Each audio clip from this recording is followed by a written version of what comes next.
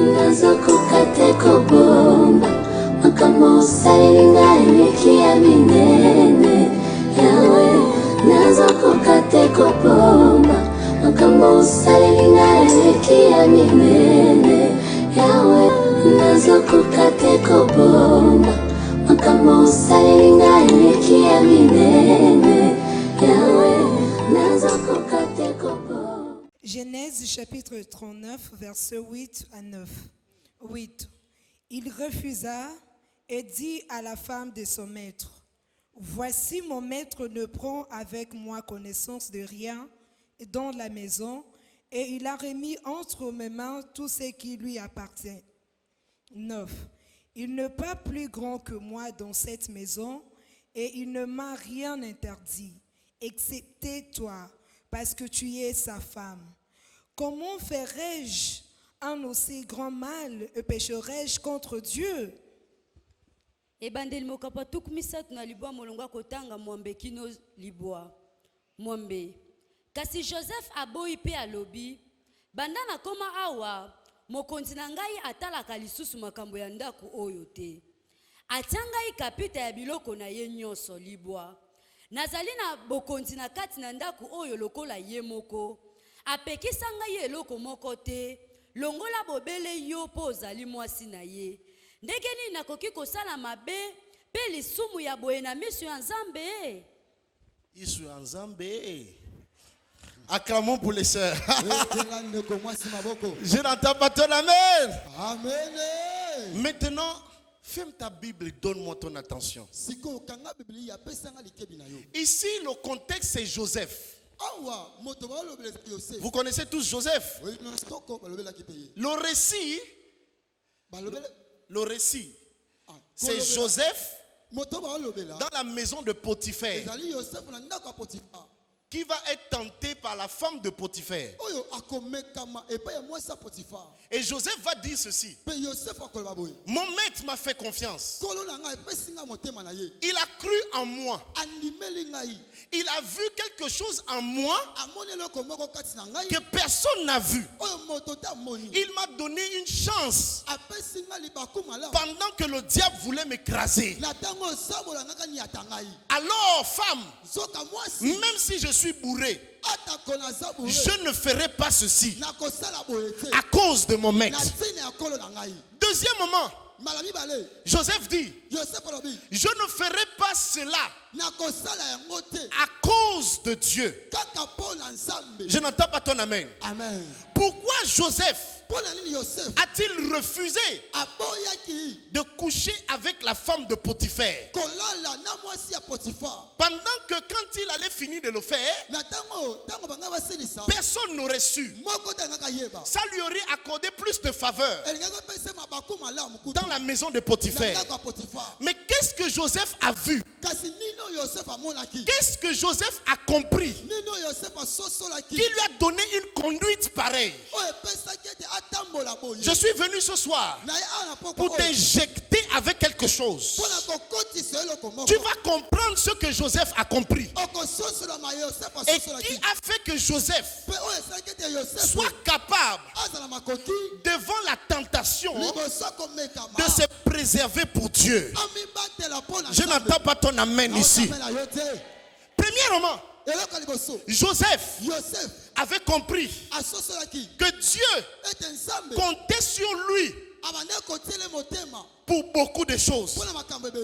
Qu'est-ce que Joseph avait compris sur sa personne? Écoutez, à 17 ans, Dieu lui montre la lune, l'étoile.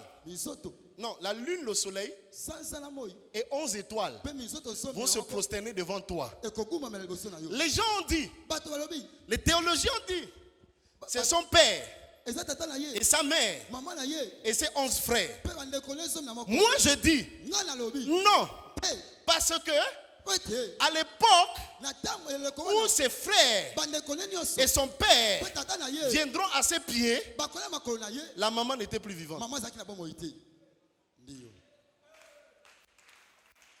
Écoutez, qu'est-ce que Dieu disait à Joseph? Ma pote la makate. Dieu disait à Joseph, l'avenir de tout le monde entier, je te le confie. Ceux qui ont fait l'astrologie savent que ces trois cosmos représentent l'univers. Le soleil, la lune et les étoiles.